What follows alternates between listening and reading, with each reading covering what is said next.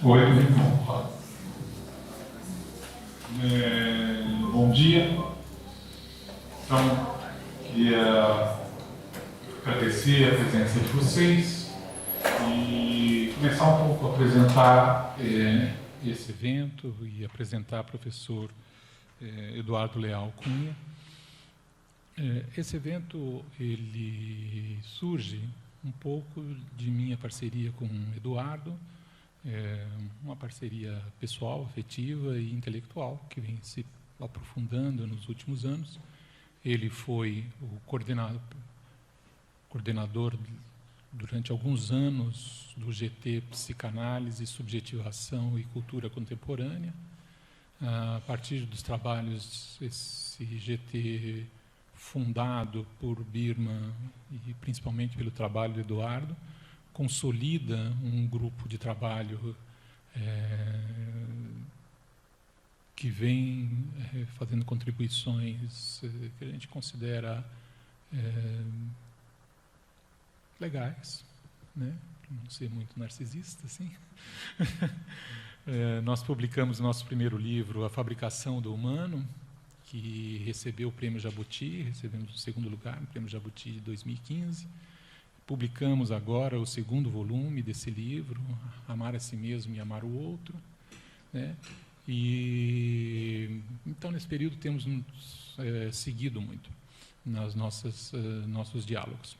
Eu tenho escrito um texto me dedicado sobre as questões da identidade, as questões da procura de si mesmo dentro da obra de Winnicott, e tenho conversado muito com o Eduardo, que tem feito contribuições importantes para esse campo de trabalho.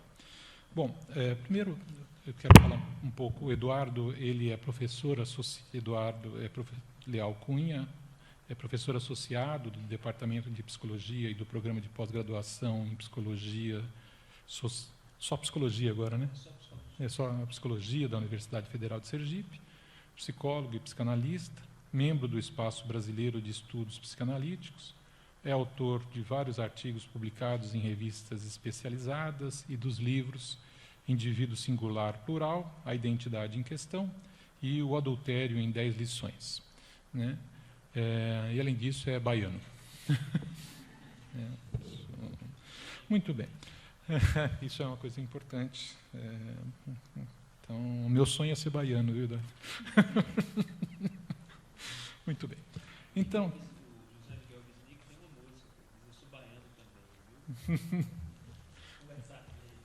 esse é o meu sonho de consumo existencial. Assim. Muito bem. Então, hoje, aproveitando a presença do professor Eduardo aqui em São Paulo, resolvemos fazer essa reunião científica, onde eu apresento alguns argumentos meus com relação a esses fenômenos, tatuagens, transformações corporais mais extremas, mas isso serve a toda a transformação corporal, e incluir também nesse campo a questão da redesignação de gênero, né? E esse é um momento de discussão aberto, livre. Eduardo, nós já temos isso, ele está totalmente à vontade para dizer, olha, você acertou, você errou, né? E vocês também, né? Então, esse é um momento de discussão, né? Um momento de discussão onde o princípio geral, muito baseado, digamos, tem um refrão, quase um provérbio de um amigo meu que diz, eu concordo, meu amigo, eu concordo com você, não com o que você diz, né? Então, é dentro desse espírito que a gente está para fazer esse tipo de discussão aqui. Nós vamos funcionar da seguinte maneira: eu apresento a minha argumentação, depois Eduardo faz os comentários e a gente segue, então, com as nossas discussões. Tá bom? Então, vamos lá. O título da minha conferência é Tudo para ser alguém em algum lugar. Um subtítulo: A busca pela experiência de ser a partir de si mesmo para o Winnicott. Né? Como sempre, eu apresento um primeiro resumo daquilo que eu vou falar, né? Marcando qual que é o teor conceitual e o caminho do que eu vou apresentar para vocês. Né? Então,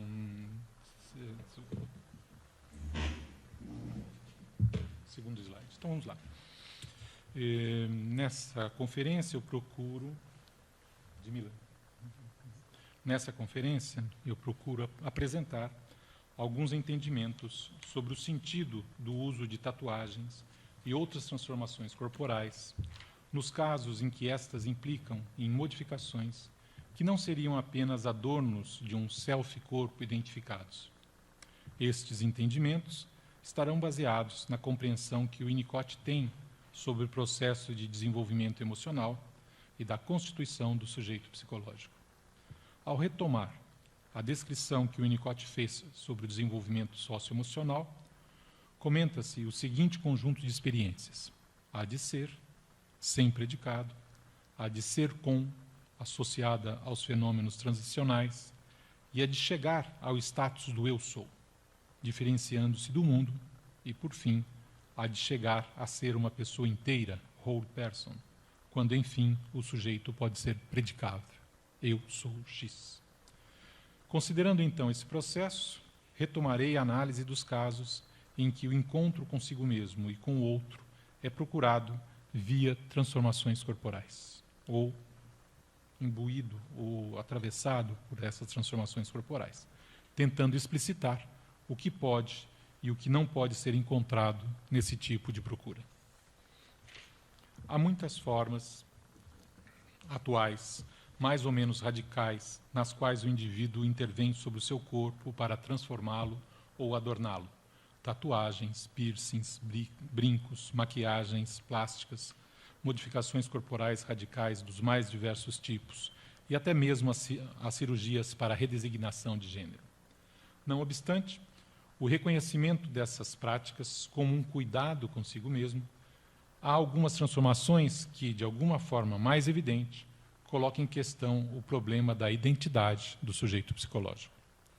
Talvez seja possível, grosso modo, distinguir entre as situações nas quais essas transformações corporais correspondem a adereços para o si mesmo e as situações nas quais o que está em jogo é a busca de si mesmo. Busca de uma identificação entre o sentimento de si e o sentimento-percepção do corpo que se tem. Talvez o uso de um critério fenomenológico muito simples possa ajudar a distinguir, ainda que parcialmente, uma situação da outra, a saber, quando as transformações corporais tomam o primeiro plano, sobrepondo-se e tomando o lugar da pessoa, então temos as transformações corporais como expressão da busca por um outro si mesmo, mais de acordo com o que o indivíduo sente como sendo ele mesmo. Tomando justamente esses casos mais extremos, me proponho analisar a questão do processo de constituição e procura de si mesmo, apoiando-me na compreensão que o Winnicott tem desse processo e na análise do que estaria ocorrendo nesses casos em que o self é procurado via transformação ou na transformação do próprio corpo. Cabe aqui já apontar que a referência a uma identidade procurada não corresponde a uma essência que haveria no interior do indivíduo, ou que teria sido constituída no seu interior a partir de sua história, mas sim a uma construção processual que associa a unidade psicossomática com o sentido dado à apreensão e experiência de si mesmo. Construção essa que, por sua vez, pode ser um processo dinâmico em constante devir, tal como a chama de uma vela, que instável permanece com o seu movimento relativamente estável. Nos casos, então, em que essa identidade é alcançada de alguma maneira.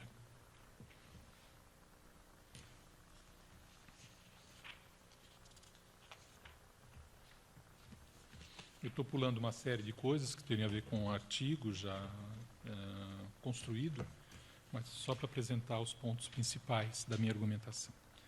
Nos casos em que se procura uma transformação corporal extrema, Não se trata, pois, de um tipo de adereço que decora ou marca o corpo, um adorno para si mesmo, mas algo que necessita transformar aquilo que se tem como dado no soma, sobrepondo-o e transformando-o, algo que é mais fundamental e essencial e que deve tomar o lugar do primeiro plano no que se refere à própria caracterização do indivíduo.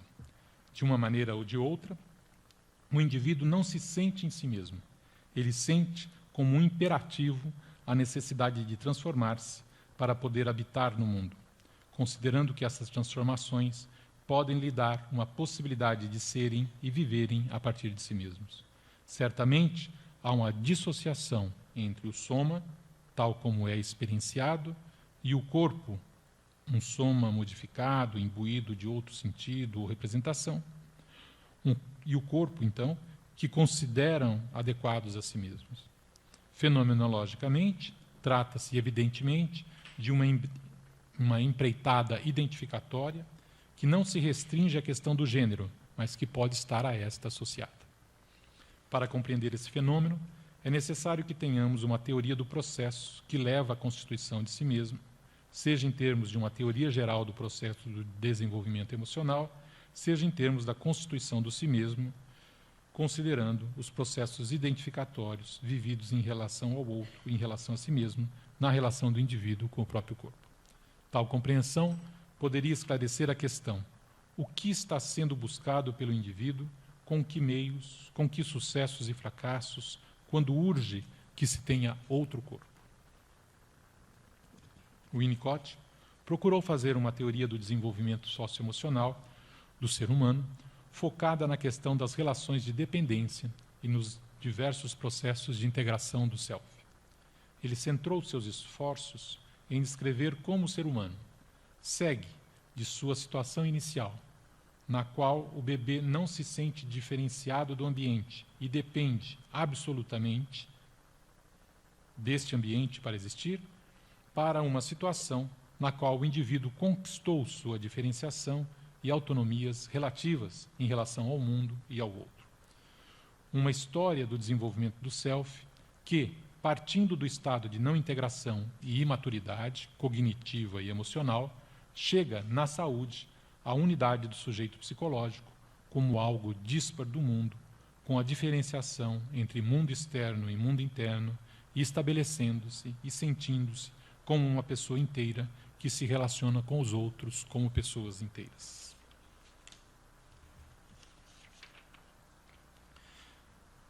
Caberia, nessa linha argumentativa, ressaltar dois aspectos fundamentais introduzidos por Winnicott na psicanálise, que redescrevem e dão outro sentido às teorias psicanalíticas do desenvolvimento: a noção de ser e a sua compreensão do que é um ser humano saudável. Isso já é uma polêmica enorme, falar sobre o modelo de saúde, mas, de um lado, uma reformulação da ontologia psicanalítica e, de outro, a consideração do que seria o indivíduo saudável, sem que isso implique uma proposta de normatização ou moralização da existência. Esses dois aspectos forneceriam, por assim dizer, o ponto de partida e um horizonte que orientaria o desenvolvimento e também os processos ou tratamentos psicanalíticos. Passo para o próximo slide. Winnicott introduziu a questão do ser na psicanálise, não tanto apoiando-se numa definição do que é o ser, para depois aplicá-la aos fenômenos da existência humana, mas sim descrevendo as diversas experiências de ser do ser humano. Numa de suas formulações mais diretas sobre a noção de ser, como fazendo parte da própria caracterização do fundamento da natureza humana, ele diz: quando eu estiver citando o Winnicott, eu vou colocar texto para vocês acompanharem.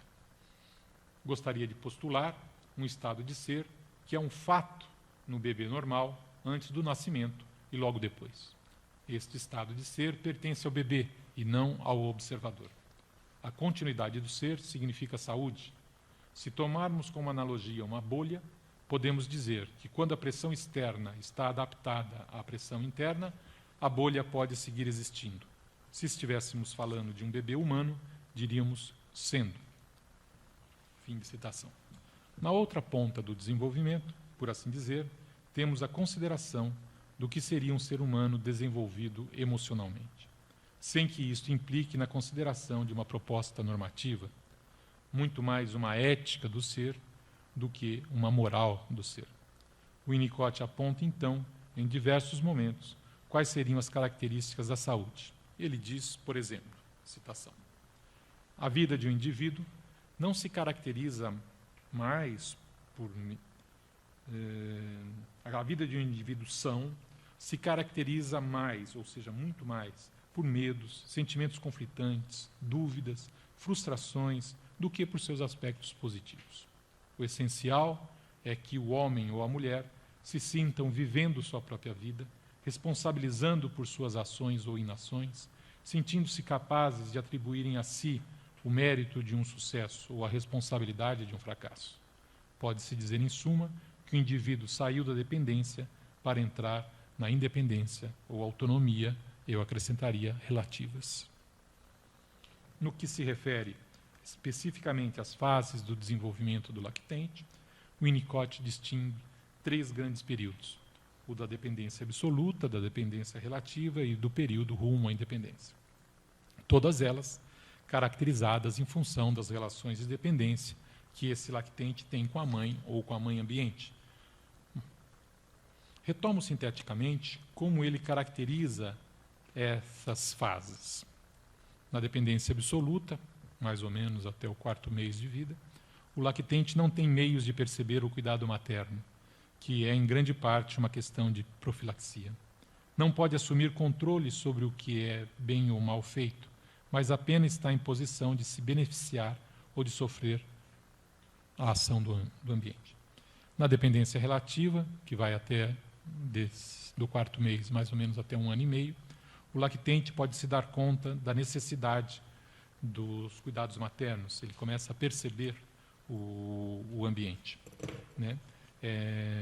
Nesse momento em que surgem os fenômenos transicionais, tem uma série de acontecimentos, e o final desse processo é, por assim dizer, a chegada no status de se sentir como uma unidade diferente das outras coisas do mundo.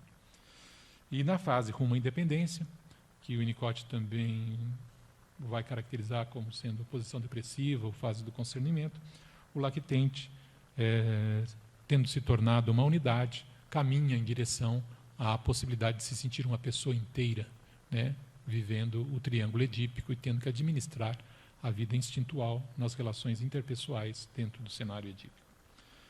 Podemos retomar essas mesmas fases agora, focando agora a questão da experiência de ser, ou da experiência do self e de sua integração e continuidade, explicitando o que considero ser os acontecimentos que, passo a passo, se sobrepõem até que o indivíduo possa chegar à possibilidade de formular a questão da sua identidade como estando associada a algum predicado do self. E, nesse sentido, poder até mesmo enunciar que o seu problema é que seu corpo, um predicado, não tem a forma adequada ao que ele sente como sendo ele mesmo. Essa formulação que a gente ouve muito é: eu nasci em corpo errado, né?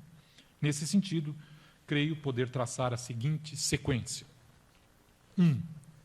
Na fase inicial da vida do bebê, onde não há para o bebê a distinção de uma realidade não self, o bebê vive a experiência de ser a partir de si mesmo, sem que nenhum predicado esteja presente, desde que o ambiente sustente o bebê nas suas necessidades. Outro momento importante nessa fase de integração do self, a fase da transicionalidade, quando o indivíduo cria e encontra o mundo e a si mesmo, ao mesmo tempo, criando e encontrando os objetos transicionais e o self.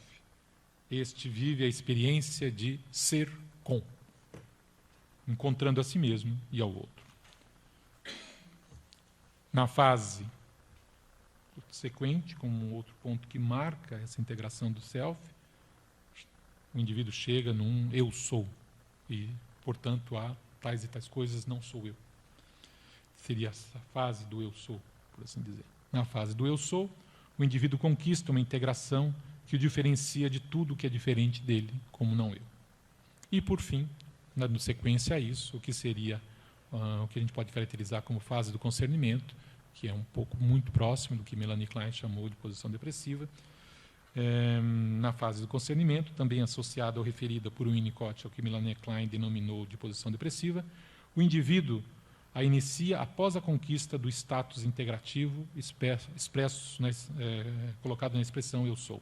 Segue-se, então, uma série de outras integrações. As integrações dos impulsos amorosos e destrutivos, integração da vida instintual, etc. Levando o indivíduo a sentir-se como uma pessoa inteira e a poder também aprender os outros como pessoas inteiras. É neste momento que a sexualidade e o complexo de Édipo passam a exercer influência mais significativa e organizadora da subjetividade dos indivíduos. Vamos seguir agora um pouco, tentando aprofundar isso em modos de chegar ou produzir a integração do self. Para Winnicott, a experiência de ser está na base e é a condição para a constituição de uma identidade pessoal.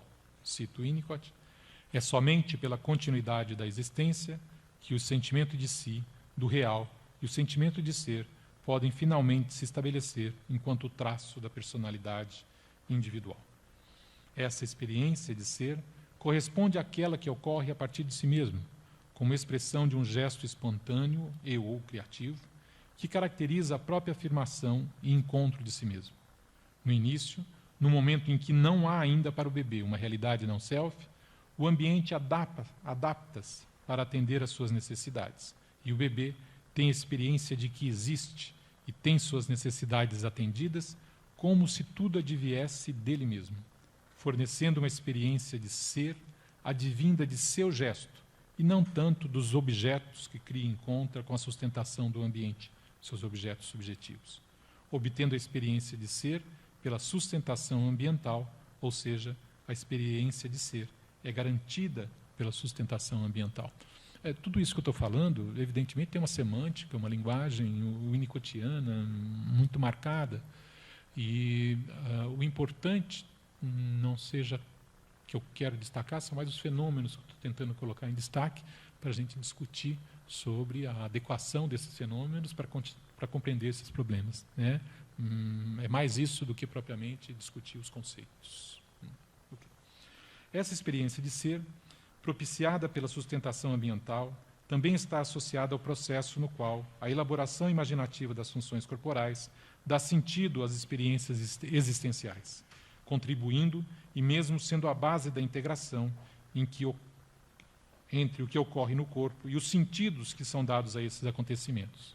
Processo que Winnicott denomina de alojamento da psique no corpo ou ainda processo de personalização. A elaboração imaginativa dá sentido às experiências existenciais. Primeiro, aos acontecimentos corporais, no momento em que o mundo psíquico e o mundo somático são, por assim dizer, um só.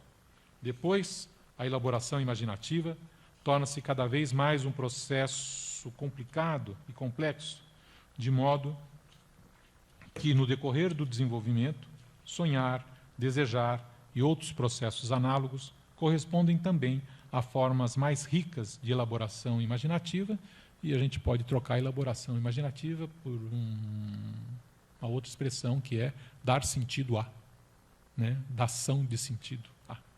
Okay? Evidentemente, há um fundo fenomenológico marcante aqui, né? E mesmo próximo às psicologias existencialistas, Sartre, Heidegger, envolvidos aí. Ao dar sentido aos acontecimentos corporais, ao soma, também ocorre uma associação indissociável entre a psique e o soma, constituindo a unidade psicossomática, que, por sua vez, corresponderá à própria experiência de ser si mesmo como pessoa em função da unidade psicossomática. Nesse mesmo contexto, Winnicott aponta ainda para dois aspectos ou dinâmicas gerais que também seriam responsáveis por produzir experiências de integração. Uma vinda de fora, gerando o sentimento de si mesmo, o holding materno ou do ambiente, que, adaptando-se às necessidades do bebê, torna possível que este experimente o sentimento da continuidade de ser, e outra, advinda, por assim dizer, de dentro, advindo de intensas excitações corporais, e nessa mesma direção poder-se-ia dizer também da experiência da dor, que é uma intensa experiência instintual. Diz Winnicott, a tendência a integrar-se é ajudada por dois conjuntos de experiências. A técnica pela qual alguém mantém a criança aquecida, segura, e dá-lhe banho, balança e a chama pelo nome, e também as agudas experiências instintivas que tendem a aglutinar a personalidade a partir de dentro. Nas transformações corporais que estamos analisando, não é desprezível a experiência que essas pessoas têm com a dor, como um tipo de excitação aguda, e talvez esse seja um elemento dinâmico importante que acompanha a busca e o sentimento de estar integrado ou ter chegado a si mesmo.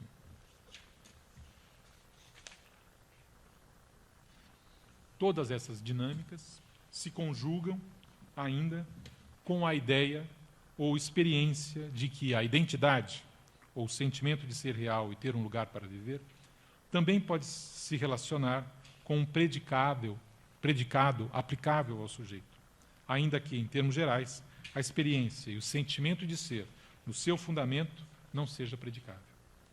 A experiência de ser não pode, fundamentalmente, advir de um predicado ou de uma imago fornecida ou imposta ao sujeito, diz o Winnicott nesse sentido.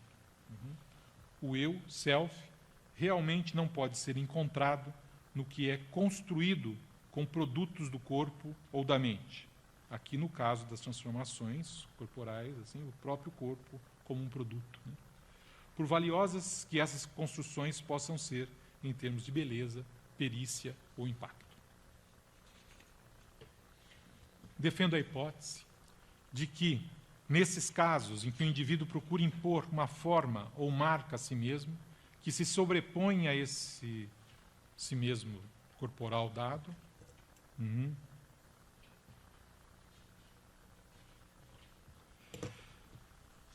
gato, zumbi, vampiro, etc., tal como uma colagem que toca as entranhas do ser, há uma busca pelo sentimento de ser. Busca que mescla os diversos tipos de experiências ou soluções que fornecem empiricamente esse sentimento ao indivíduo ao longo do processo de desenvolvimento. Trata-se de considerar que, nesses casos, ocorrem dissonâncias significativas na associação entre o sentimento de ser e o sentimento do próprio corpo, nas fases mais primitivas do desenvolvimento. Eu estou falando desse elemento, dessa experiência soul, essa experiência de ser no início. Por um lado, temos a tendência em supor, nesse momento inicial, quando a gente está falando sobre esses problemas, temos a tendência em supor que ocorreram falhas ambientais primitivas no processo de desenvolvimento. Falhas no momento em que o sentimento e a experiência de ser não estão atrelados a um predicado de ser.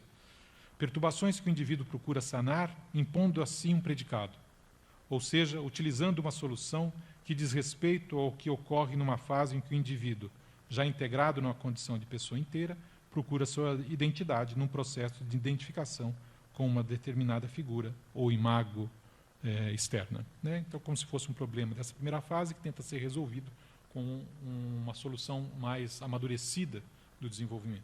Okay? Por outro lado, pode não ter ocorrido exatamente uma falha nesse momento inicial. Pode ter ocorrido outro tipo de situação na qual não houve propriamente uma falha ou uma falta de sustentação ambiental, mas sim uma cisão ou dissonância entre o modo como se foi cuidado e a experiência que o indivíduo tem de si mesmo. Por exemplo, no caso B, de rol de interpretação, analisado por Winnicott, onde o menino foi cuidado como menina, e ser menina era uma opção para ser alguém para a mãe, ou para ter, essa era a opção de ter existência. Quando eu assisti o filme A Garota Dinamarquesa, me chamou muito a atenção que a última frase de Einar ou Lili era: tive um sonho maravilhoso. Eu era um bebê, estava nos braços da minha mãe, e minha mãe disse Lili. Muito bem. Estou terminando já.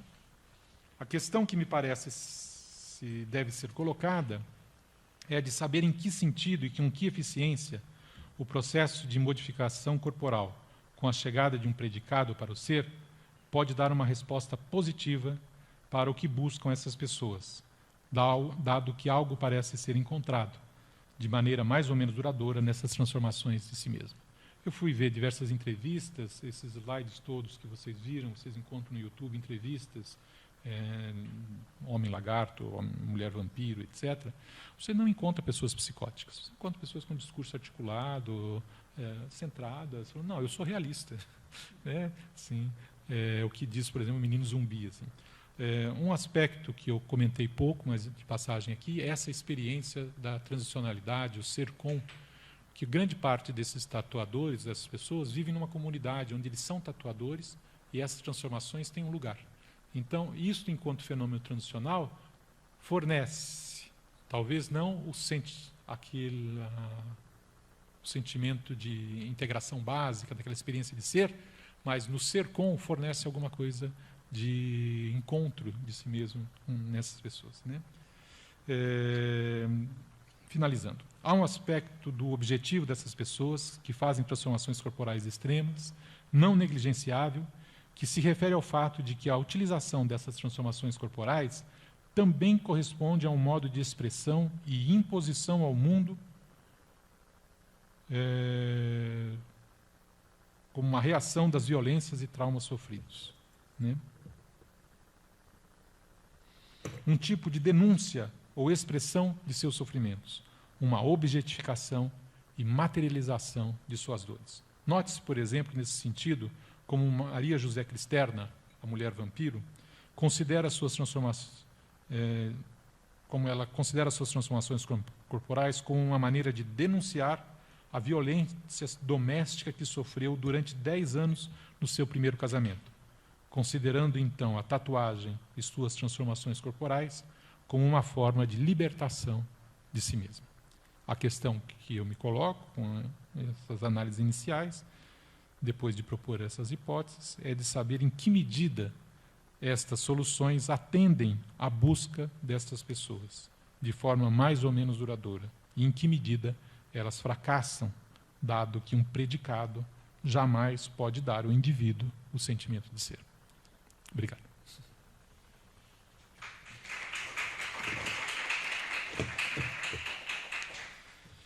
Muito bem, Eduardo. 2 minutos. Vou tomar uma água agora.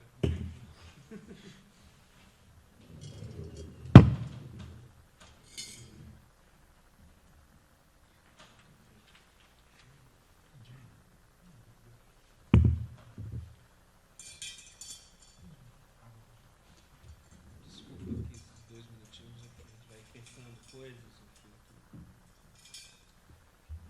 pensando mais algumas coisas a partir do que o Leopoldo falou. Acho que está. Agora sim. Enfim. Primeiro eu queria agradecer ao Leopoldo pelo convite para estar aqui, para discutir o texto dele. Enfim, é uma experiência muito bacana e muito singular poder discutir um texto com um colega. A gente vive meio na universidade, numa espécie de arquipélago de ilhas narcísicas, entendeu?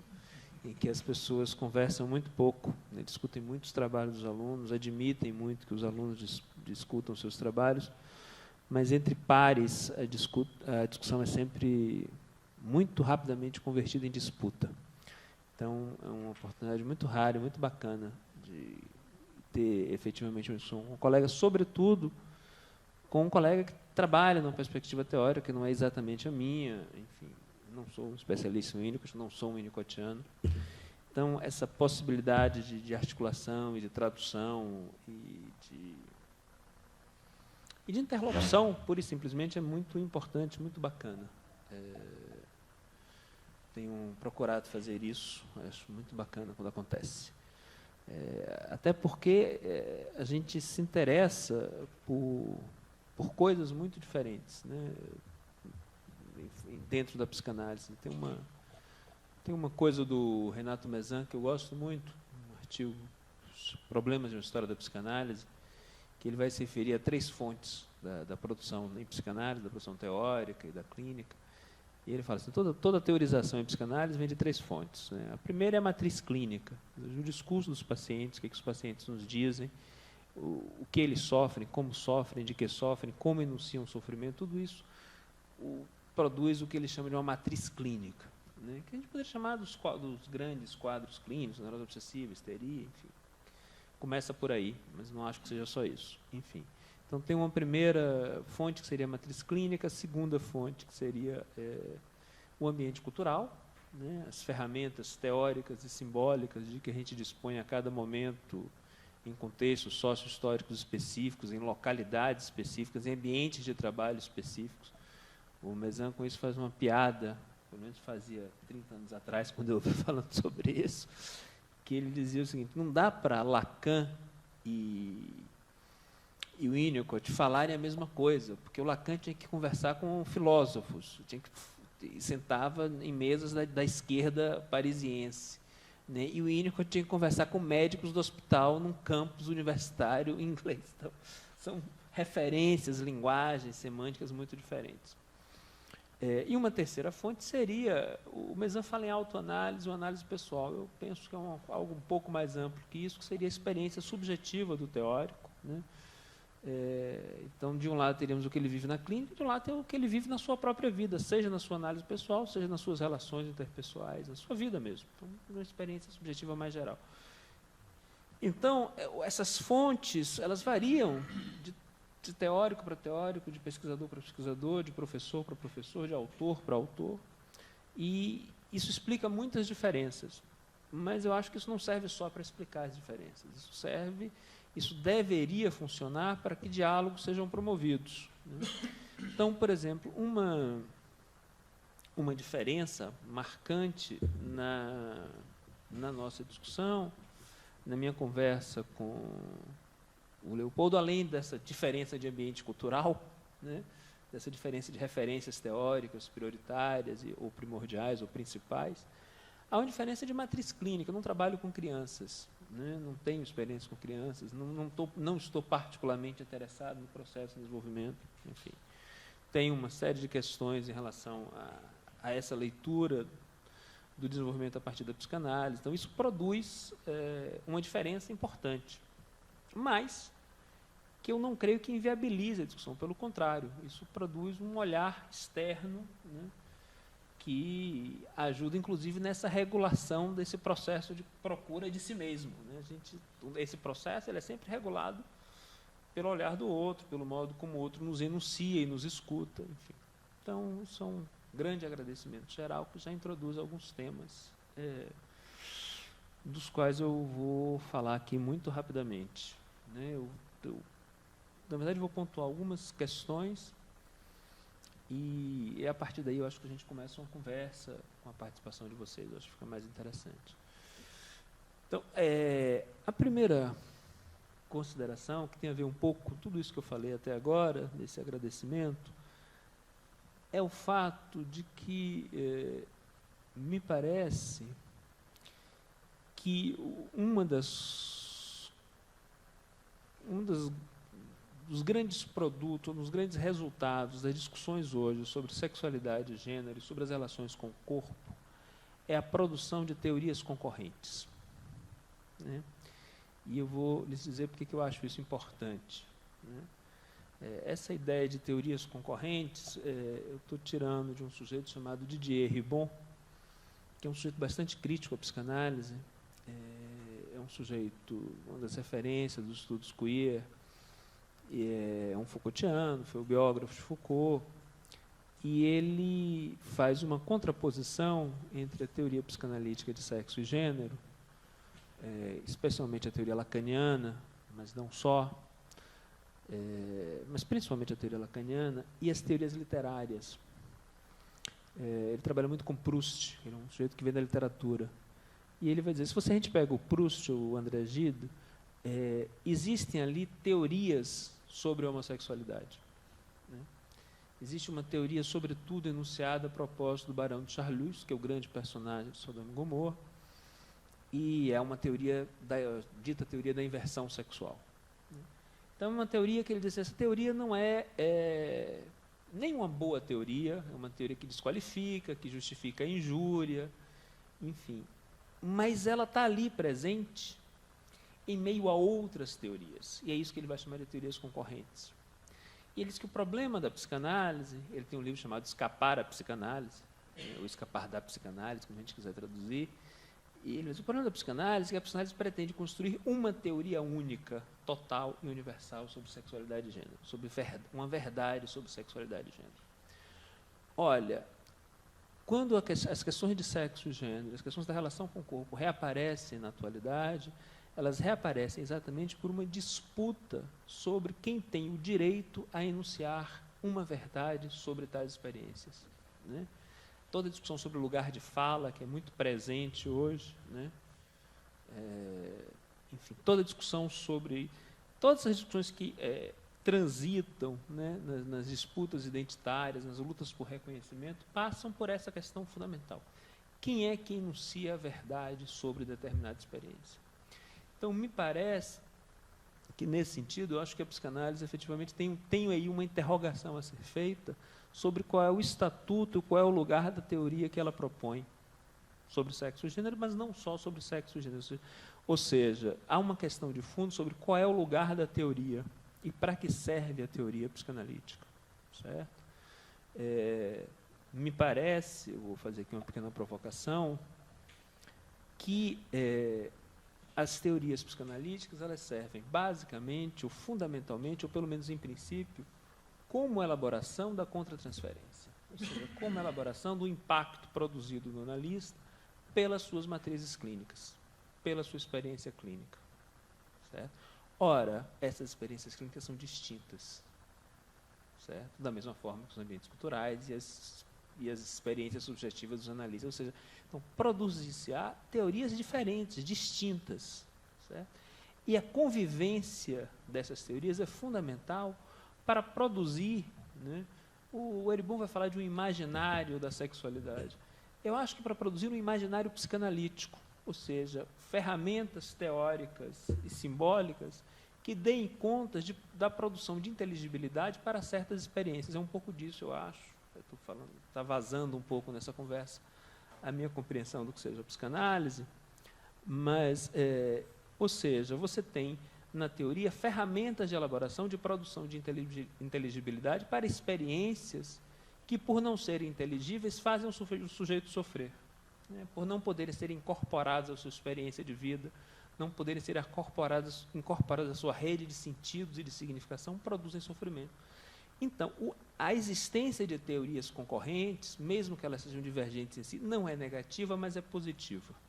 Certo? Então, esse é um primeiro ponto que eu gostaria de falar, que acho que tem a ver um pouco até com essa diferença de perspectiva teórica entre o Leopoldo e eu, em essa diferença de matriz clínica. Certo? Então, isso me parece importante no sentido positivo, né? Vamos pensar na multiplicação das teorias, né, acreditando que isso produz uma espécie de imaginário, mas não apenas uma espécie de imaginário psicanalítico sobre sexualidade e gênero, mas também produz um conjunto maior, ampliado, de ferramentas teóricas e simbólicas para que os sujeitos produzam, construam uma inteligibilidade sobre as suas experiências. Acho que é isso que a gente tem que oferecer aos nossos pacientes. Isso passa pela produção teórica.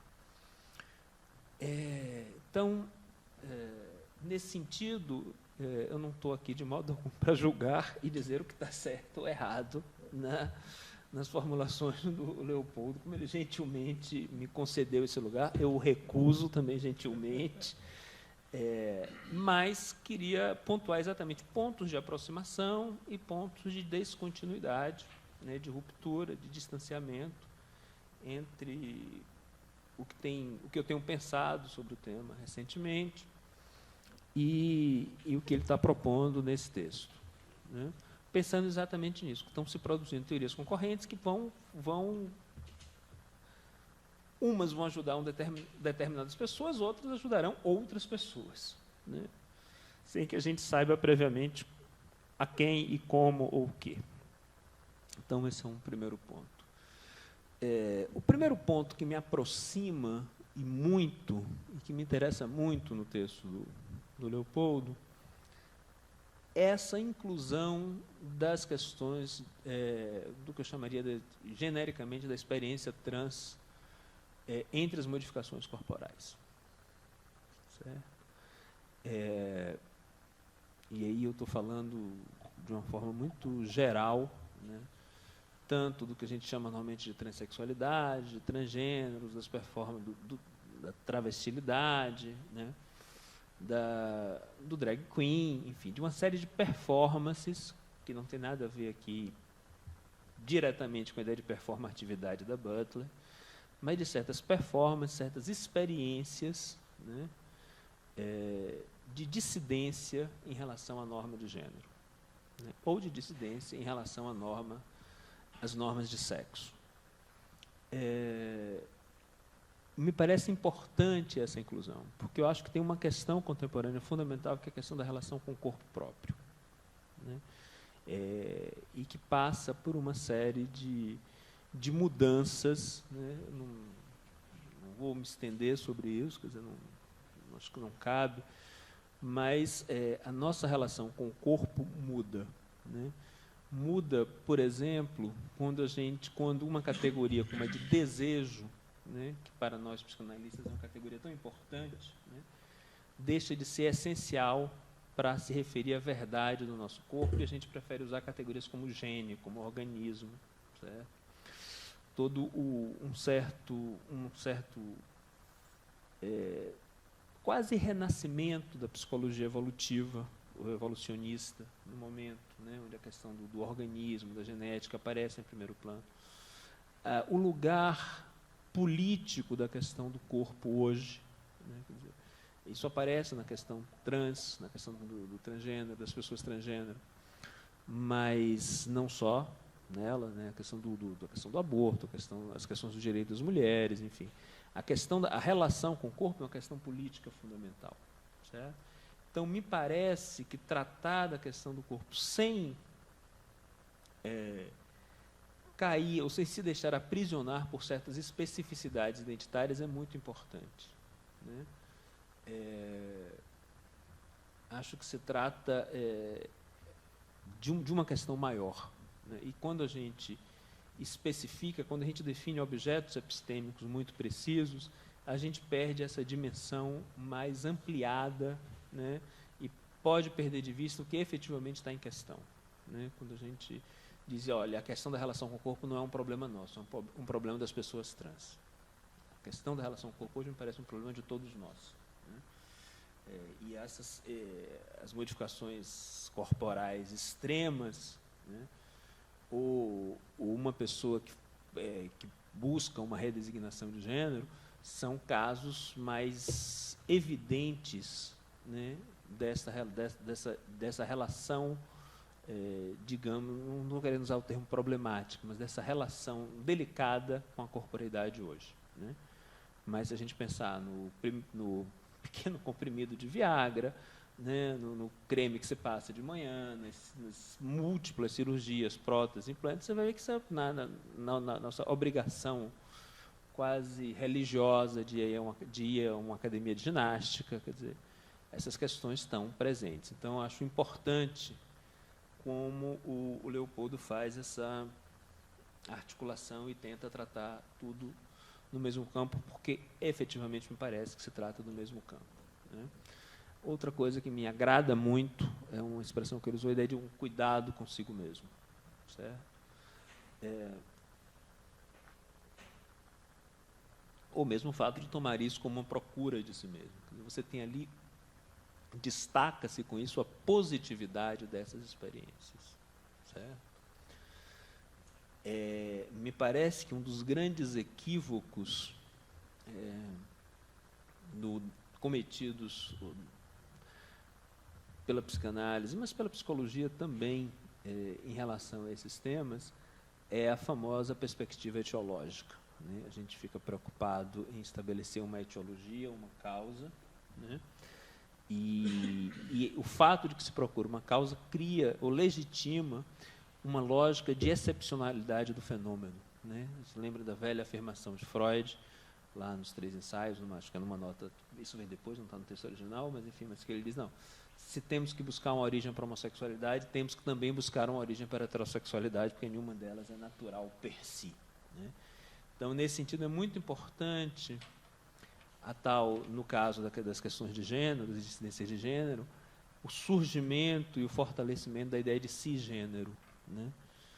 Tem um texto muito pequeno, muito bacana, de uma autora que se define como uma filósofa travesti, que é Leila, acho que é Leila Dumarest, que é o nome dela, e é um texto muito bacana, porque ela vai trabalhar exatamente esse ponto. Quer dizer, quando você diz eu não sou nada, fulano ou cicrana é transgênero, cria-se uma excepcionalidade e produz-se um objeto epistêmico, quer dizer, algo ali tem que ser explicado.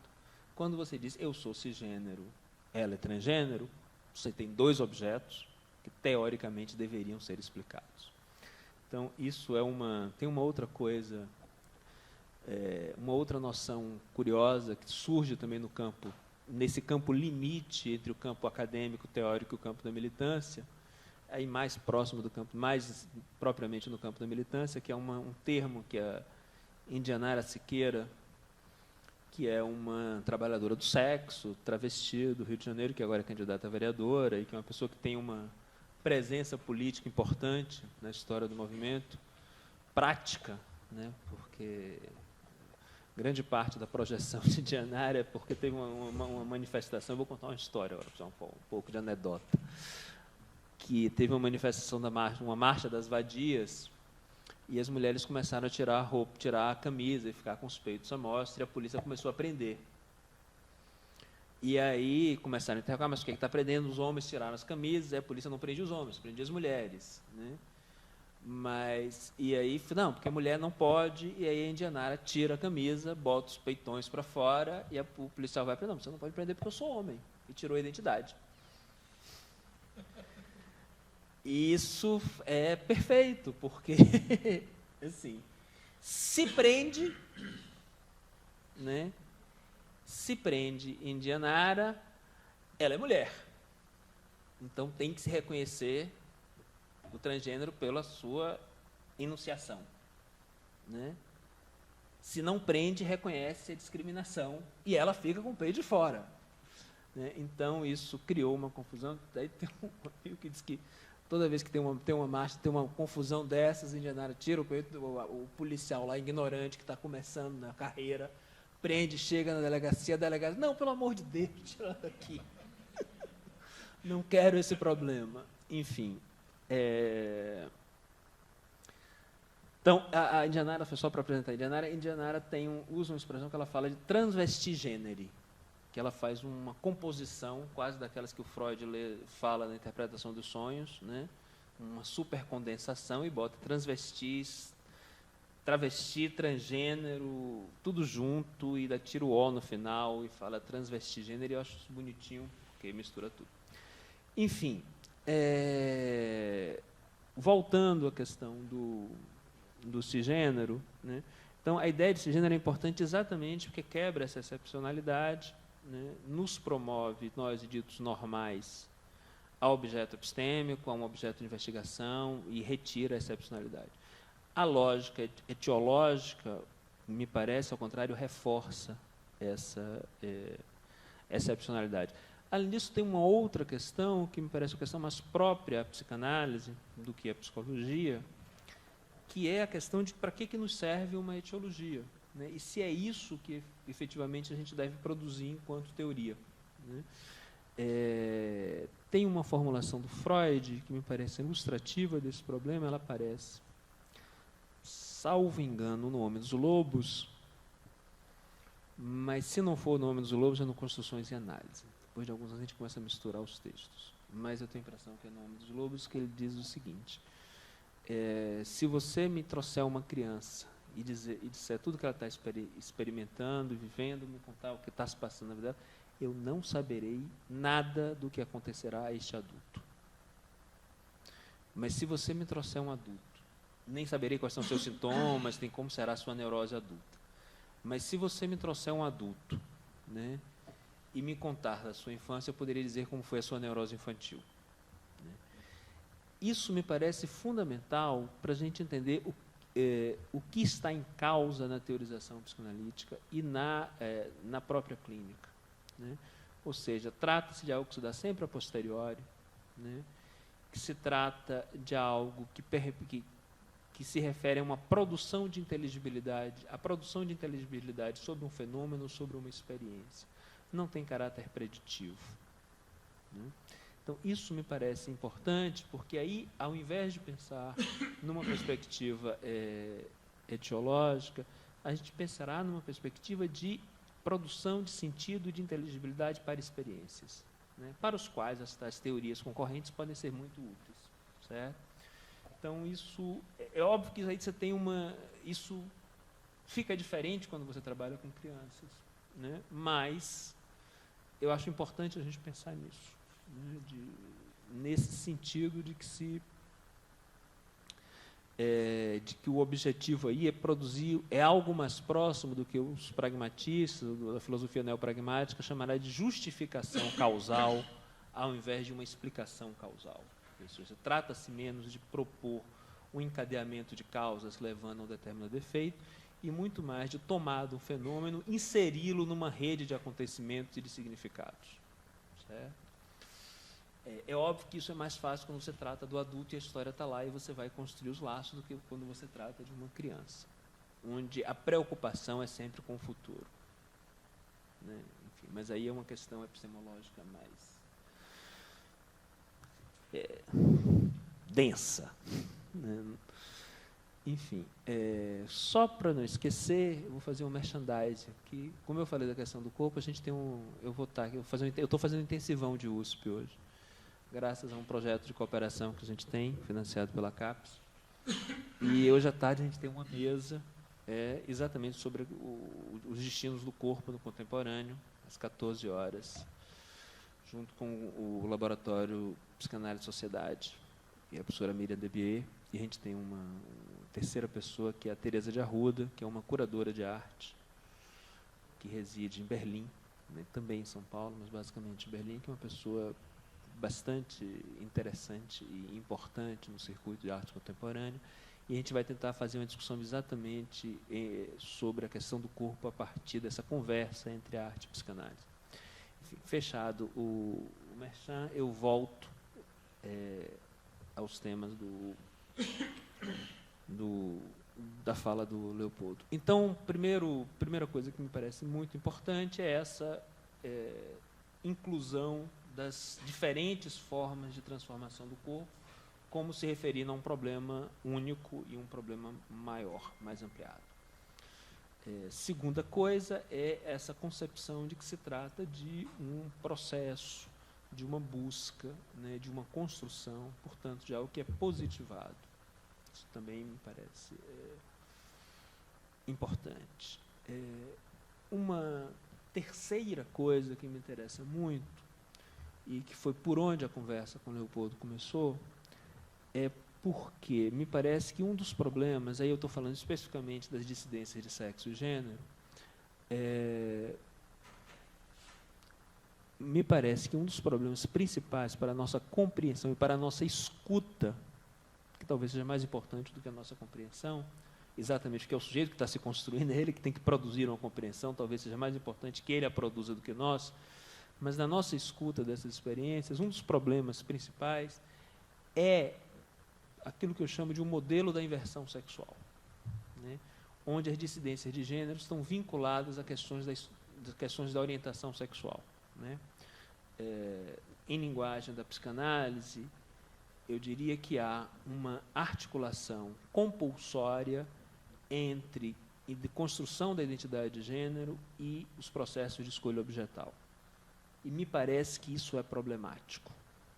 Certo? Me parece que isso tem produzido uma dificuldade da gente em escutar os fenômenos de dissidência de gênero.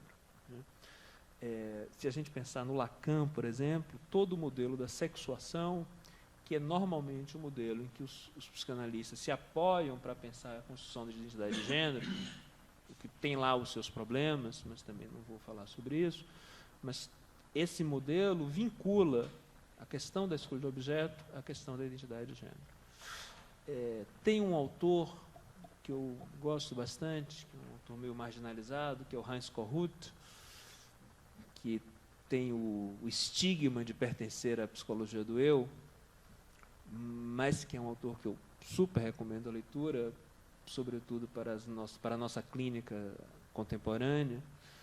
E o Corrucci faz algumas operações interessantes na leitura que ele tem das personalidades narcísicas. Para vocês entenderem um pouco o contexto, isso é a década de 60 e 70, sobretudo a década de 70, há uma grande polêmica nos Estados Unidos com os famosos casos borderline, né? E há uma polêmica particular entre o Otto Kernberg e o Heinz Corrucci. O Kernberg, para vocês terem uma noção da importância do sujeito, ele é a base teórica a partir do qual o Christopher Lasch constrói a cultura do narcisismo, que é um texto que todo mundo, muito na moda no Brasil, até hoje, com muitas referências, né? A gente continua explicando, explica muito a nossa cultura contemporânea a partir da cultura do narcisismo do Lasch. E o Lasch constrói a sua figura do narcisismo e do narcisista a partir da teoria do Kernberg, que é uma teoria muito kleiniana, centrada na ideia de que há uma estrutura patológica particular, né,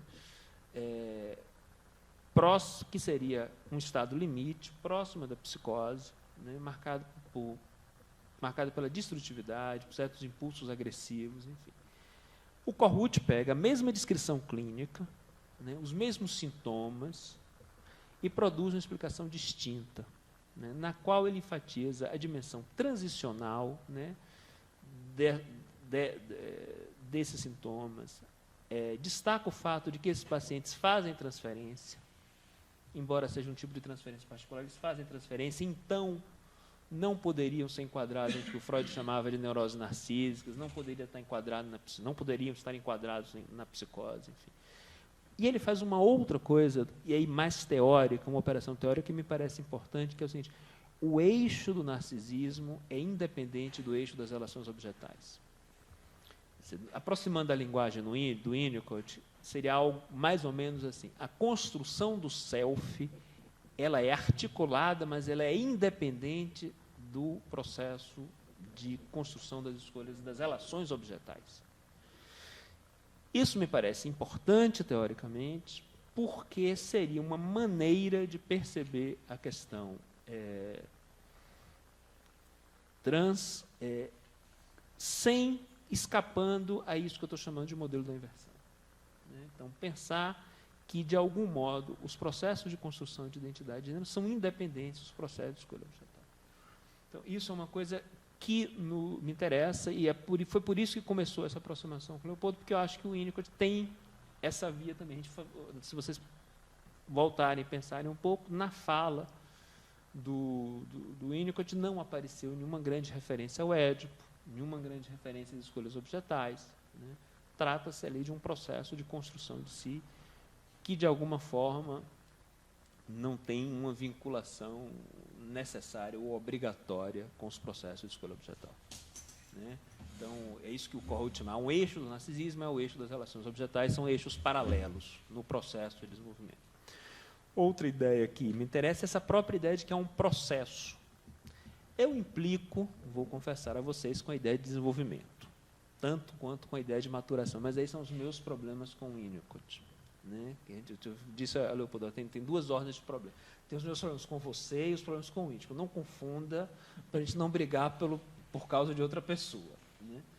Então, mas tem essa ideia de que você tem ali um processo, um trabalho de construção, que esse trabalho tem pontos de fixação, certo? E isso nos leva também a uma discussão sobre dois aspectos que me parecem importantes, que é o seguinte: o primeiro, que é uma coisa que enfim, que a gente já sabe que vai ter algumas dificuldades de transposição teórica ou de transvaloração, mas que é a ideia de que, para essas pessoas, e isso vale para todas as modificações corporais, esse processo não acaba, né? É um trabalho permanente, né? Então, o que eu propus ao Leopoldo, ele fez, não gostou, me fez uma certa cara feia, mas eu acho que ele está pensando sobre isso, que é a ideia seria a proposta de tentar pensar esses processos a partir do modelo das experiências transicionais do Winnicott, né? É um pouco isso o que o Corrucci faz com as personalidades narcísicas, embora para isso ele precise torcer um pouco, evidentemente, a ideia de transicional, do que seja transicional.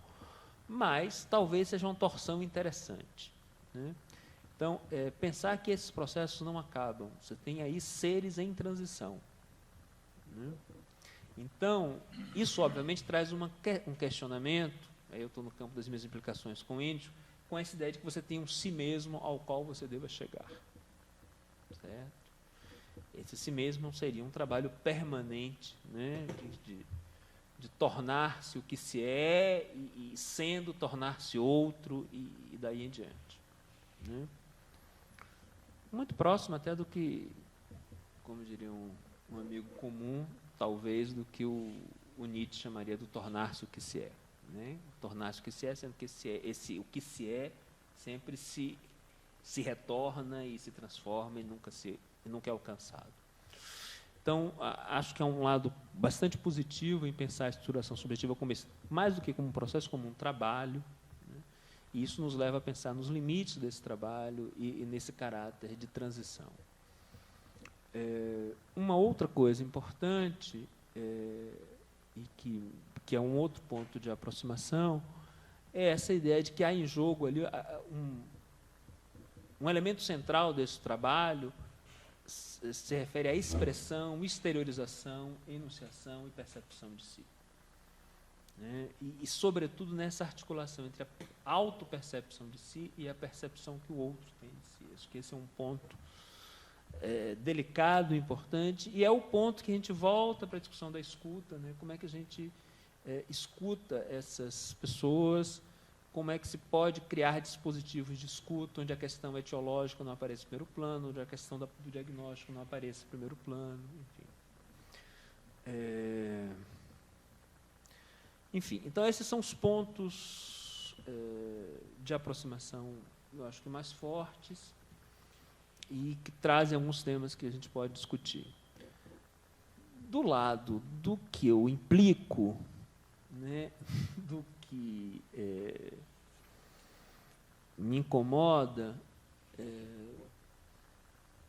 eu diria que eu vou privilegiar, já estou falando tempo demais, então eu vou privilegiar como ponto crítico e como ponto vulnerável da argumentação trazida pelo Leopoldo, a questão da identidade. Mas isso é meio que um problema pessoal meu. Né? Assim, eu tenho problemas com a ideia de identidade.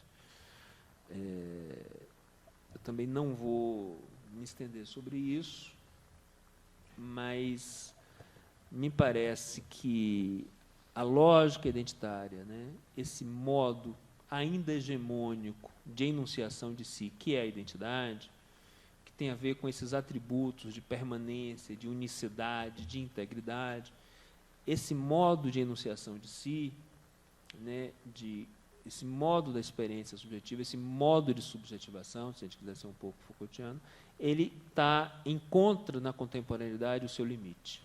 Né? Eu acho que há uma necessidade urgente do pós-identitário. Né? Então, por exemplo, em relação à psicanálise, eu não acredito que seja um bom caminho usar, por exemplo, os mecanismos identificatórios e as identificações como mecanismos e processos que conduzem à produção de uma identidade. Me parece muito mais interessante destacar o aspecto contingente das identificações, né? Perceber, por exemplo, que na maioria dos exemplos que o Freud dá de identificações, a identificação está ali muito mais para subverter a separação entre eu e outro, né? Para te colocar na posição do outro, para te colocar no lugar do outro, para colocar o outro no seu lugar. Há sempre uma subversão dessa fronteira. Né? Então, usar essa dimensão de subversão das fronteiras entre eu e o outro, usar essa dimensão contingente das identificações para exatamente não para usar a identificação como modo de construção da identidade, mas para usar a identificação como modo de subversão e desconstrução das identidades. Né? As identificações são modos, são mecanismos que produzem quebras nisso que a gente chama de identidade. Então, essa ideia de que há uma identidade a ser construída, de que isso tem a ver com saúde, enfim, me parece uma ideia que a gente tem que questionar hoje. Certo? Eu não estou querendo dizer que a gente não precise de ter uma identidade, acordar de manhã e dizer, olha, eu sou Eduardo, eu fico muito feliz que eu acorde de manhã, me olho no espelho, digo, eu sou Eduardo. né? Normalmente, quando isso não acontece, o sofrimento é bastante grande. Mas tem uma coisa do Safatli, uma pequena expressão dele que eu gosto muito, que ele diz o seguinte, ele tem insistido muito sobre isso, que a gente efetivamente está acostumado a pensar que a gente sofre de uma falta ou de um déficit de individualidade, né, ou de um déficit de identidade. Ok. Talvez o problema contemporâneo seja que a gente sofre de um excesso de individualidade ou de um excesso de identidade, né?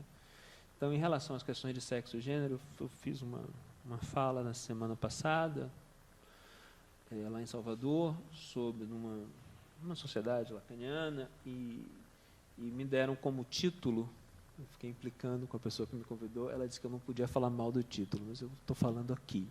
Infelizmente está sendo gravado, então ela sempre vai poder usar isso contra mim. Mas, enfim, mas o título era LGBTTT, e ainda assim, está faltando o Q e o I, porque agora a forma correta, final, é LGBTTQI. Né? E ele disse, olha, essa própria denominação, para mim, é uma evidência muito clara da falência dessa lógica identitária, da falência do que a Gayatri Spivak chama de essencialismo estratégico. Né? Então, da mesma forma, me parece, especificamente em relação à psicanálise, especificamente em relação à questão da escuta, da produção de inteligibilidade sobre experiências que são cada vez mais singulares, essa ideia de uma enunciação de si fundada na continuidade, na permanência, na integridade, na unicidade, me parece falida. Certo? Então, talvez a gente tenha que pensar esse trabalho de construção, esse trabalho processual, essa busca de si, sem horizonte, né? ou tendo a identidade apenas como horizonte, enquanto horizonte. O horizonte é algo que a gente nunca alcança, né? E não como algo efetivamente a ser produzido e alcançado. Como último recurso, eu diria que vale até para nós, psicanalistas, usar de uma certa covardia epistemológica. Dizer, não, a identidade é um problema da psicologia, não é um problema da psicanálise. Entendeu? Porque me parece que na clínica psicanalítica, o caminho que a gente deve seguir é um pouco o caminho inverso. Enfim, eu tenho mais 2.000 anotações, para mim já é claramente que eu nunca consigo botar em ordem, meia hora mexendo com esses papéis, mas eu tenho uma série de outras questões, mas eu já falei aqui pelas minhas contas, quase 40 minutos, então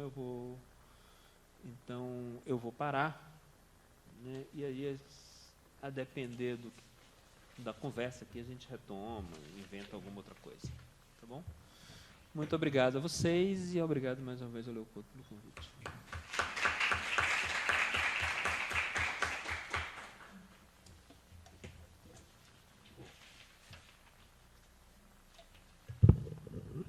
Bom, a gente está aqui para esse diálogo, então a primeira parte eu vou fazer alguns comentários a partir do que Eduardo falou, sem me estender muito para poder abrir para vocês. E a gente, então, o rol de entrada das discussões do que o aprofundamento que a gente precisaria de um tempo muito maior para poder argumentar, contra-argumentar e seguir nessa direção. Assim. Então, deixa eu pontuar só algumas coisas. Em primeiro lugar, de fato, uma alegria intelectual, assim, pessoal, poder fazer esse tipo de discussão, poder fazer um tipo de diálogo onde a gente não se sente conversando com um surdo-mudo, né? Não se sente. Eu adoro tem uma imagem que Kant usa e que Freud retoma, lá no caso de Schreber, para dizer quando a comunicação entra em colapso, né? E ele diz assim, nós devemos evitar aquele espetáculo ridículo onde um homem aparece ordenhando um bode, enquanto o outro apara o leite com a peneira embaixo da sua barba. Né? Então, há certas discussões psicanalíticas que é mais ou menos isso. Não é o nosso caso aqui, e isso eu quero marcar como um feliz encontro, que é, apesar das teorias, qual a expressão que você usou? Teorias concorrentes, né? Apesar disso, a gente encontra não só pontos de conexão em termos de entendimento dos fenômenos, mas encontra estímulos significativos para aprofundamento das próprias perspectivas. Deixa eu fazer mais uma propaganda. Claro. Tem um sujeito, isso que é uma propaganda assim, acadêmica, elegante. Tem um sujeito passagem do século XVIII para o XIX, que se chama Charles-Marie Fourier. Eu não sei se vocês já ouviram falar nesse sujeito. Super recomendo. Infelizmente, ele não tem nada traduzido para o português.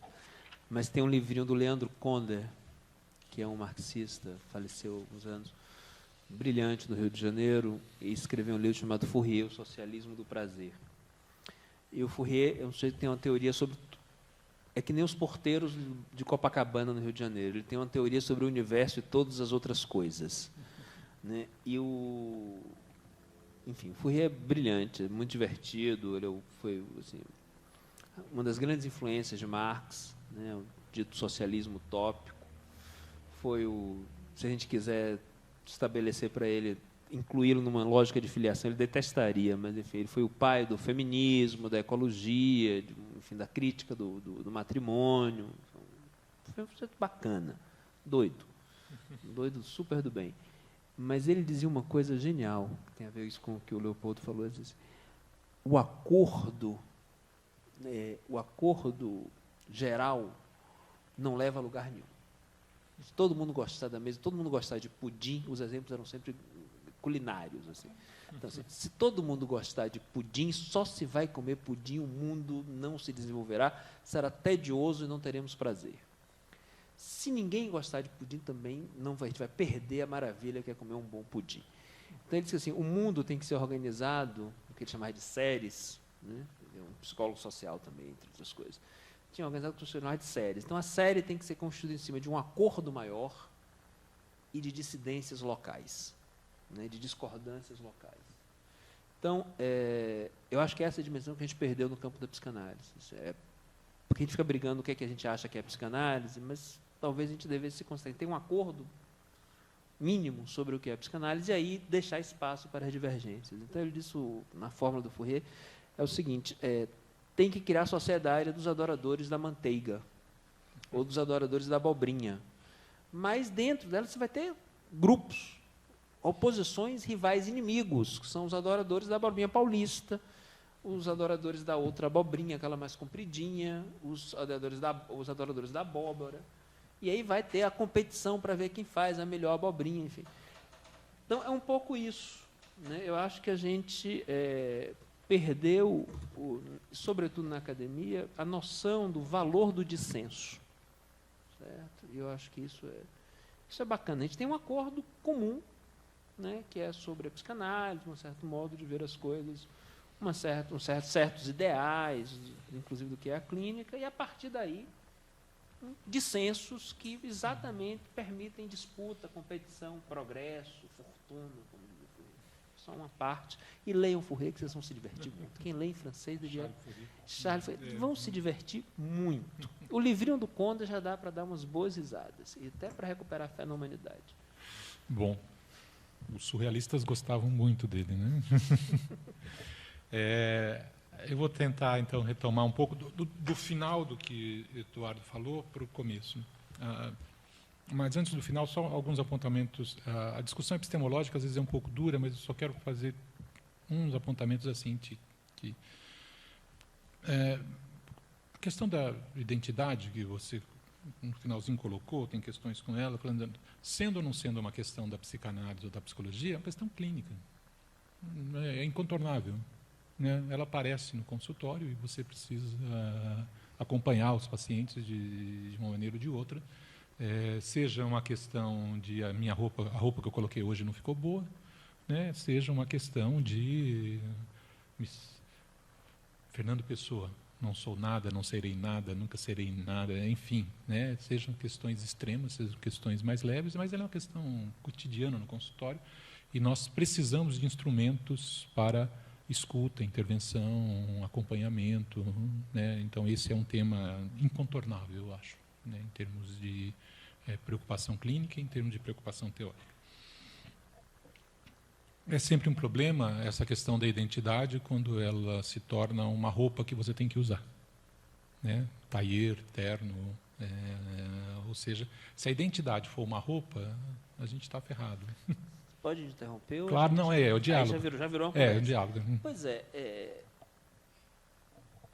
em vez de pensar que a identidade é uma questão da clínica, por que a gente não pode pensar que a enunciação de si, né, ou a apresentação de si, para usar termos mais fenomenológicos, ou a experiência subjetiva, é um problema cotidiano, ao qual a gente responde, na nossa cultura, com uma lógica identitária? Vou te responder epistemologicamente. Questão de pão ou de pães é questão de opinião ou opiniões. Né? Guimarães Rosa. Assim. O que eu quero dizer com isso? Talvez nós podemos... seja, em certas situações que você está olhando, é mais preciso falar da maneira que você está falando. Tá. Né? Quando eu estou falando, as questões que eu estou falando, procura de si, procura de um lugar para viver, elas também são essas. Uhum. Então, há um certo, digamos, paradoxo aí, que as coisas são diferentes, mas elas são iguais. Né? Talvez tenha uma coisa que você fala, não, mas é necessário que a gente diga que as coisas são e precisa conceitos precisos. Não sei se precisa. Eu fico preocupado só com o peso da noção de identidade. Entendeu? Em que sentido? No sentido moral, assim? Não, no sentido de que é uma noção construída, assim, muito vinculada ao que eu chamo de uma certa racionalidade moderna, né, fundada na ideia de previsibilidade, de controle, de demarcação de fronteiras. Né? Então, me parece que a gente importa, né, um termo que vem carregado de certos sentidos que nos causam problemas exatamente na clínica. Né? De um lado, a vinculação, por exemplo, entre identidade pessoal e identidade nacional, né? Toda a questão da vinculação entre identidade, etnia e raça. Né? Do outro lado, o próprio peso filosófico do termo, quer dizer, os atributos da identidade, constância, permanência, unidade, unicidade, enfim. Me parece, quer dizer, quando... Para a gente pegar o Giddens, por exemplo, né? O Giddens vai falar, ele define a identidade como uma narrativa autorreflexiva, né, do eu. Né? Parece uma definição operativa bastante interessante. Todos nós precisamos disso, né? Como precisamos do que ele chama de casulo protetor, né? De confiança básica, quer dizer, não é à toa, inclusive, que a maioria das formulações do apoio psicológico, ou do apoio que o Giddens tem na psicologia, vem do Winnicott e do Balint. Ok, né? Precisamos disso. Mas será esta a única forma de enunciação da experiência de si? Esse é o ponto. Né? Me parece que precisamos de alguma constância, precisamos de um casulo protetor. Quando você vai colocando assim, a minha questão é, há muitas maneiras de você entender o que é cuidado de si, procura de si mesmo, integração do indivíduo. Esse é o ponto. Até procura de si eu vou na boa. Quando vira a integração de si mesmo, já começa a ficar agoniado. Não, acho que há um preconceito seu, assim, pode ser. Uma coisa como se a integração fosse... Tem vários, não me orgulho deles. Não, mas assim, com amizade. Porque eu acho que talvez seja a integração, desse ponto de vista que eu estou colocando, ela não tem a ver com uma certa armadura da existência, que uma vez você chega e você tem que, digamos, a partir do resto da sua vida, comungar que eu sou isso e tenho que ser isso sempre. Né? Então, talvez eu faço uma associação entre este modo de pensar a existência, a maneira como o Winnicott coloca o que é a natureza humana, com um aspecto daquilo que Heidegger fala sobre o que é a estrutura do ser humano, a estrutura do Dasein. O aspecto e é o aspecto simples, fundamental, que é o Dasein forma a si mesmo, constitui a si mesmo. Não constitui, eu sou corintiano e nunca mais mudo de time. É um crime mudar de time, assim, né? Mas mudo. Tem alguma coisa nesse sentido. Mas o importante, eu creio, né, em termos dos aspectos clínicos da psicanálise, é quais são as experiências transferenciais, quais são os acontecimentos clínicos que levam a este tipo de experiência de si mesmo, experiência de que eu encontrei algo e me apazigo, num certo sentido, e tenho um ponto de apoio a partir do qual eu levo a minha vida. Essas experiências, vou retomar um pouco, assim, então, a maneira como o Winnicott trabalha e aponta, o Winnicott não é o único, é meu autor de referência, mas eu acho que quando você fala de Kohut, que é um autor que eu conheço pouco, e que distingue as relações, a questão do narcisismo das relações de objeto, eu entendo perfeitamente isso. Né? Então, não, mas o Winnicott, com uma outra semântica, numa outra linguagem, aponta que as questões de relações de objeto são questões de um determinado tipo, projeção, identificação, que ocorrem num momento, para ele, mais tardio do desenvolvimento, e que são questões de natureza dispar das relações iniciais, das relações narcísicas. Isso implica que, no consultório, há experiências, né, transferenciais de sustentação ambiental que, às vezes, são do tipo relação de objeto. Isso. E, às vezes, não são do tipo relação... É exatamente essa formulação do Kohut. Todo o trabalho do Kohut começa pela constatação de tipos particulares de transferência, que ele vai chamar de transferências narcísicas. Né? E que ele diz, tem transferência, mas o tipo de objeto dessa transferência é a própria imagem do sujeito, é o próprio self, né? Mesmo que mediado pela figura do analista. Quer dizer, em termos um pouco grosseiros, seria dizer, na transferência, o analista não é o substituto de papai, é o substituto de mim mesmo. Um pouco assim... É um pouco por aí. É óbvio que a imagem é um pouco grosseira. Mas lembra aquele desenho do Escher, da mão que desenha a si mesmo e sai do papel? Assim? Eu tenho a impressão de que determinados entendimentos, diversos caras da psicologia do self, o Winnicott, tem uma compreensão dessa função ambiental do analista, onde ele não é um objeto. Isso eu acho que isso muda, inclusive, a compreensão da questão que um paciente enuncia, às vezes que é uma questão de gênero, às vezes ela é solucionada não discutindo sobre gênero, né? Tendo outro tipo de experiência. Assim. Porque, veja bem, a gente tem o hábito de pensar o gênero a partir das relações de objetos. Gênero é importante para decidir se você vai transar com homem ou com mulher.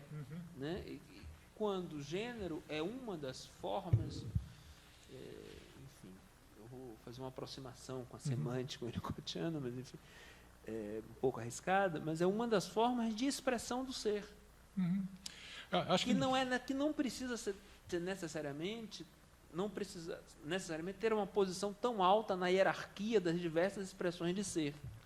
Aí eu acho me parece que é isso que a gente vê no cotidiano. Quer dizer, ser homem ou mulher talvez não tenha hoje a importância que tinha 100 anos atrás, no tempo no próprio sentido identitário de posicionamento no mundo. Essa questão de escolha de objeto em termos de gênero é uma questão que, num certo sentido, para Freud já não é importante. Importante no sentido de, não é isso que caracteriza se o sujeito leva a própria vida, não leva, se ele... Eu lembro muito de uma carta... Se ele teve sofrimento neurótico ou miséria banal. Eu lembro muito de uma carta que, de 1937, Freud recebe uma carta. Eu vou fazer um apontamento clínico de Freud e um pouco uma coisa de minha clínica também. Mas ele recebe uma carta em 1937 de uma mãe americana que escreve para ele lê a carta e ele escreve para ela assim: minha senhora, a senhora está me escrevendo perguntando se a psicanálise pode fazer alguma coisa para o seu filho, por seu filho.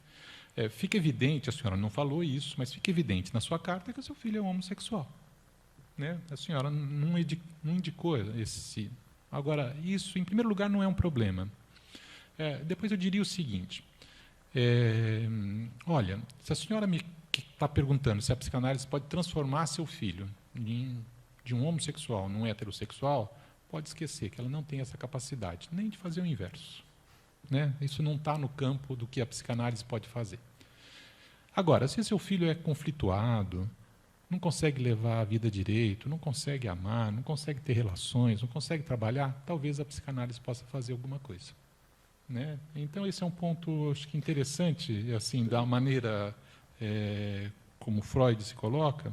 Eu acho que tem uma outra questão aí, talvez aparentemente mais simples, mas que me parece ter um alcance teórico, epistemológico e ético fundamental e que tem sido negligenciado, né? Que é o seguinte: o que nos autoriza a falar sobre determinados sujeitos, sobre determinadas experiências, né? Essa autorização nos é dada por esses sujeitos na medida que sofrem, né? É um pouco isso que se passa na clínica. Chegam pessoas que sofrem e nos colocam na posição de quem tem algo a dizer sobre o seu deles sofrimento. E então, me parece que tem aí um problema importantíssimo. Que primeiro é o seguinte: nós só estamos autorizados a falar de quem diz que está sofrendo. Não estamos autorizados nem a falar, nem a tratar de quem não está sofrendo, de quem não traz o seu sofrimento e não nos coloca nessa posição de dizer algo sobre esse sofrimento. Então, esse é o primeiro ponto. Então, me parece complicado a cada vez que nós, psicanalistas, voltamos à nossa fúria interpretativa e teórica sobre fenômenos da cultura, né, autorizados por quem? Por quê? O que nos faz estabelecer, a priori, que aquela é uma experiência de sofrimento? Né? Então, esse é um ponto importante, que eu acho que a gente vacila.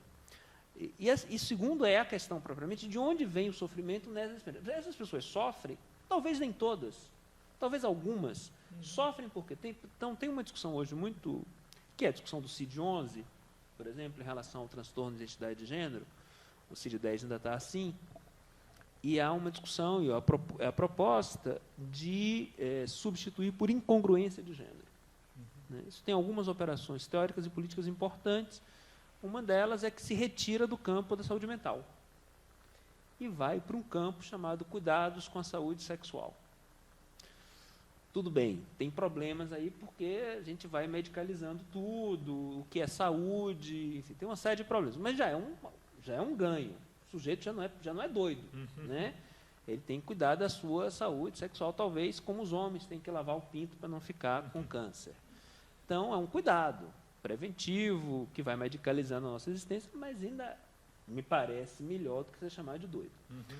Então, nos artigos saiu teve até uma certa repercussão no Facebook, mas saiu recentemente o artigo dos mexicanos. Esse estudo está sendo feito em vários países, inclusive no Brasil, né, que são estudos para tentar sustentar, né, cientificamente essa mudança do TIG, do transtorno de identidade de gênero, para a incongruência de gênero e tirada do campo mental. E o artigo mexicano, foi o que eu li, me parece que foi o primeiro a ser publicado, é muito interessante porque ali fica claro que é o seguinte: tem que fazer duas coisas. Primeiro é saber se há sofrimento. Certo? Em segundo lugar, se interrogar efetivamente de onde vem o sofrimento. Então, me parece que isso sabota essa ideia meio estabelecida de que certas experiências são experiências de sofrimento. Quem diabos determina isso? Né? A gente tem sujeitos que eventualmente sofrem. Mas de onde vem esse sofrimento? Talvez esse sofrimento não venha... Ou é isso que se tenta demonstrar, que esse sofrimento não é intrínseco à incongruência de gênero. O sujeito pode até sofrer, mas não sofre porque quer ser um tigre. Para ele está na boa ser um tigre. Né? Talvez incomode que ele é maltratado, porque ele chega lá com essa sua cara de tigre e as pessoas olham para ele e falam: você é maluco. Né? Então, isso talvez seja aí a causa do sofrimento. Então, acho que a gente tem que... me parece que essa interrogação é necessária. Né? Assim, de que o que nos autoriza a falar, né? E de onde vem isso que nos autoriza a falar. Sem pressuposições. Eu tenho uma história um pouco triste, um pouco vexatória para a psicanálise, que foi uma experiência de poucos tempos atrás. Eu estava com uma colega francesa, enfim, isso passou na França, e uma colega que trabalha numa instituição que atende trabalhadores do sexo. Trabalhadores de ambos os gêneros, enfim, de múltiplos gêneros, enfim. E a gente estava numa conversa com um psicanalista. Essa associação acolhe essas pessoas, tem trabalhadores sociais, enfim. E alguns dos usuários do serviço têm sofrimento psíquico intenso. E essa instituição não oferece acolhimento terapêutico nesse sentido, embora tenha psicanalistas em seus quadros, mas não é essa a proposta. Tratar atendimento de longa duração, enfim. Então, mas a associação, como é um país civilizado, paga o tratamento privado dos seus usuários em consultórios de psicanalista. E aí é sempre um problema montar. Quem tem que cobrar um pouco mais barato, tem que aceitar esse vínculo com a instituição, enfim. Tem que aceitar esse tipo de paciente, também não é assim, não passa batido, alguns, enfim, há questões. E aí essa colega vira para um colega psicanalista e diz, olha, tem esses usuários que precisam de atendimento, eu estou vendo quem pode atender, e tem muitas pessoas trans, né, são basicamente mulheres trans, brasileiros, inclusive, imigrantes, enfim, tem uma série de questões de língua, enfim. Então, são pacientes meio complicados. Você está disposto a atender? É o que o sujeito responde. Claro, pode mandar para mim, eu tenho muita experiência com psicótico. Dá vontade de saltar sobre a mesa e arrumar um copo na cabeça do sujeito. Eu, pessoalmente, particularmente, de vez em quando, tenho esses instintos meio selvagens do dia de fúria. Mas, então, me parece que isso inviabiliza qualquer escuta. Uhum. Então, me parece essa uma questão também que não pode ser negligenciada. Eu acho. Aí tem um ponto interessante. Eu acho que eu vou abrir para outras pessoas, Claro, senão a gente vai. Porque também tem o seguinte, mas eu vou só pontuar essa história. Dependendo, há certos aspectos teóricos que podem fazer isso. Né? Dentro de uma, por exemplo, se você define a psicose de tal maneira assim, seja em Lacan, Klein, Winnicott, não escapa ninguém. Não escapa ninguém, né? Então, e aí há limitações da teoria para a compreensão de determinados sofrimentos, ou se aquilo é sofrimento. E isso, né? volta para a minha discussão inicial das teorias concorrentes, assim, qual é a posição dessa teoria? Né? Porque eu posso perfeitamente ter uma teoria bastante dura, desde que ela não seja única, desde que ela tenha, não seja o que o Roland Barthes chamaria, desde que ela não seja um discurso vitorioso, eu diria, arrogante, olha, e, portanto, ideológico. Quem atende o paciente não é a teoria, é a pessoa. Né? Bom, mas eu vou abrir, então, para vocês colocarem questões, comentários, tudo, e para a gente poder enriquecer a nossa conversa, assim, tá bom? Quem quiser falar, pode falar daí, eu acho que vem aqui.